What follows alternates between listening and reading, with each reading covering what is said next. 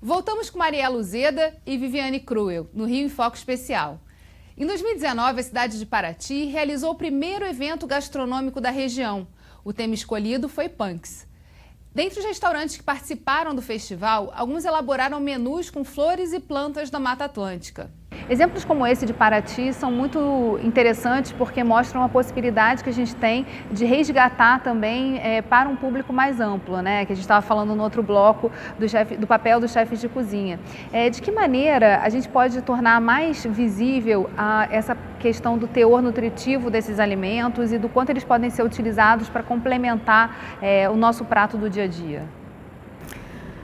Bom, particularmente Paraty, assim como a região dos lagos, são regiões muito turísticas, né, no estado do Rio de Janeiro. E particularmente eu venho desenvolvendo já mais de uma década, estudos na região dos lagos, como também plantas que ocorrem em Paraty, com frutos em potencial.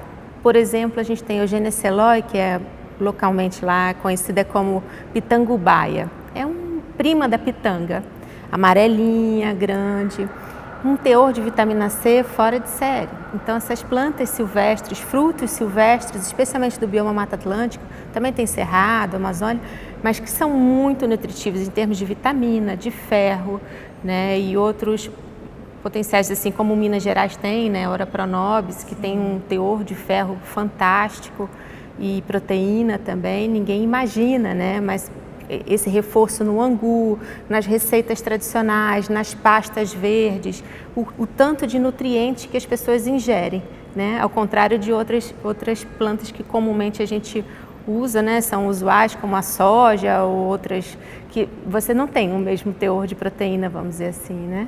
Apesar, na verdade, de serem disseminadas dessa forma, né? Na verdade, eu acho que a gente vive num mundo em que a mídia determina muitas coisas, né? Então, às vezes, algumas espécies ou algumas plantas, elas são levadas a estrelar em determinados cenários, quando, na verdade, tem outras plantas que estão ali no ostracismo, mas que podem desenvolver esse papel muito, muito melhor, né? Ela acabou de dar aqui o exemplo da Ora Pronobis. A Ora Pronobis, em Minas Gerais, é conhecida como a vaca dos pobres, efetivamente, porque ela tem um teor proteico imenso, né? E essas plantas ajudam, inclusive, se a gente pensar numa dieta mais diversificada e pensar que há alguns anos atrás a gente não comia tanta carne como come agora, porque o brasileiro vem, na verdade, aumentando exponencialmente a quantidade de carne que ele comia.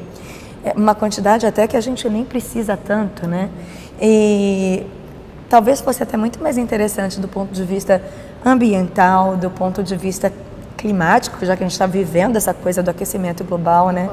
Ecológico, a gente fazer esse resgate de plantas que têm esse potencial imenso, né? Não só da diversificação das plantas que devem ser usadas, como diversificação dos nutrientes também. Você sai dessa monotonia, né, de comer sempre as mesmas coisas, as mesmas vitaminas. Então você diversifica seu cardápio, sua dieta. E aí é um aspecto interessante também que aparece aí, que é o da sazonalidade, que a gente já falou, que é uma característica dessas plantas, mas também da diversidade. Você poder trabalhar regionalismos que se perderam quando a gente começou a padronizar a alimentação e a comunicar o que era um prato tipicamente brasileiro. Quer dizer, tem muito mais coisa que a gente pode colocar aí nessas verduras que a gente comumente consome, né? Com certeza. Na verdade, eu acho que assim, a gente tem que pensar muito quando que surgiu esse conceito do que é um prato padrão, não brasileiro, mas mundial, né? Ele surgiu há muito tempo atrás, na década de 60, onde a gente tinha áreas de fome, né? E a gente precisava atender a uma demanda de quantidade de alimento. A gente não vive mais nesse cenário, né? A gente vive num cenário onde, o contrário, a gente tem uma quantidade enorme de alimento sendo desperdiçada, 1/3 do alimento produzido no mundo ele é desperdiçado, e a gente tem ainda 1 bilhão de famintos que convivem com a obesidade. E isso tudo, na verdade, está muito mais pautado na qualidade do que se come do que na quantidade que se come. Então a gente precisa rever esse discurso. A gente está vivendo um momento da história totalmente diferente, né? E que felizmente nos oportuniza a olhar para esse cenário muito mais rico, olhar para a história e para a cultura de um jeito muito mais, digamos assim, com a possibilidade de um intercâmbio de trocas e usufruir dessa cultura e dessa biodiversidade que a gente tem. Pois é, e a Organização Mundial de Saúde anda hoje atrelada à biodiversidade, né? E existe essa pauta mundial, não só no Brasil, e no Brasil vale lembrar que a gente ainda tem, né, a Lei da Segurança Alimentar, que é de 2006, que é essa questão da qualidade, da quantidade, da segurança alimentar e principalmente essa soberania local, né? O regionalismo ser protegido, as pessoas têm esse direito, né?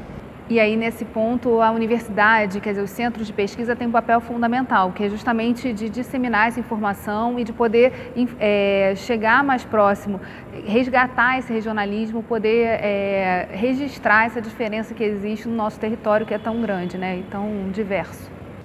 Não, com certeza. Assim, na verdade, eu acho que a gente, não é que a gente tem esse papel, a gente exerce o papel de facilitador, né? Porque efetivamente toda essa cultura e toda essa história já estava lá. Isso é uma coisa que todo dia a gente precisa exercitar, é que as pessoas olham muito para os centros acadêmicos como se eles fossem o único centro de conhecimento.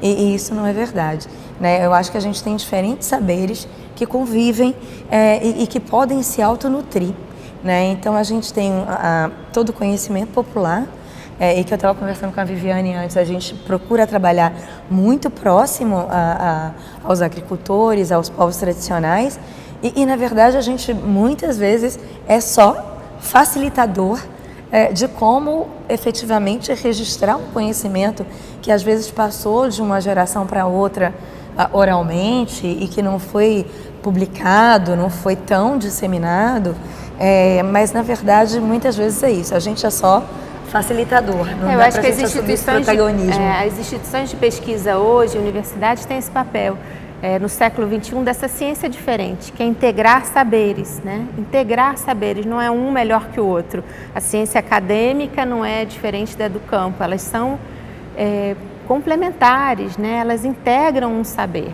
E juntar essa questão, trazer as pessoas do campo para dentro das instituições de pesquisa e universidades é muito importante. E vice-versa, e participarmos mais do campo, então só tem a ganhar. E nesse caso as universidades vêm fazendo um papel belíssimo no Brasil todo, pelas PUNCs, né, nesse movimento, já desde o professor Valdeli lá do Federal do Amazonas, do Instituto Federal, tem a Umecinda no Acre, tem vários exemplos no Cerrado. A gente aqui no Rio de Janeiro tem a Universidade Federal Fluminense, a professora Odara, que tem um grupo muito interessante de divulgação científica que leva às escolas, como você tinha falado, né? E às comunidades, o retorno dessa integração de saberes, né? Do que está sendo consumido e por que está sendo consumido, qual é a nutrição, como diferenciar uma taioba de um inhame, enfim. Esse trabalho é muito importante, né, das instituições de pesquisa e universidades. A gente vai fazer um rápido intervalo e voltamos já. Rio em Foco aqui, política e economia caminham juntas.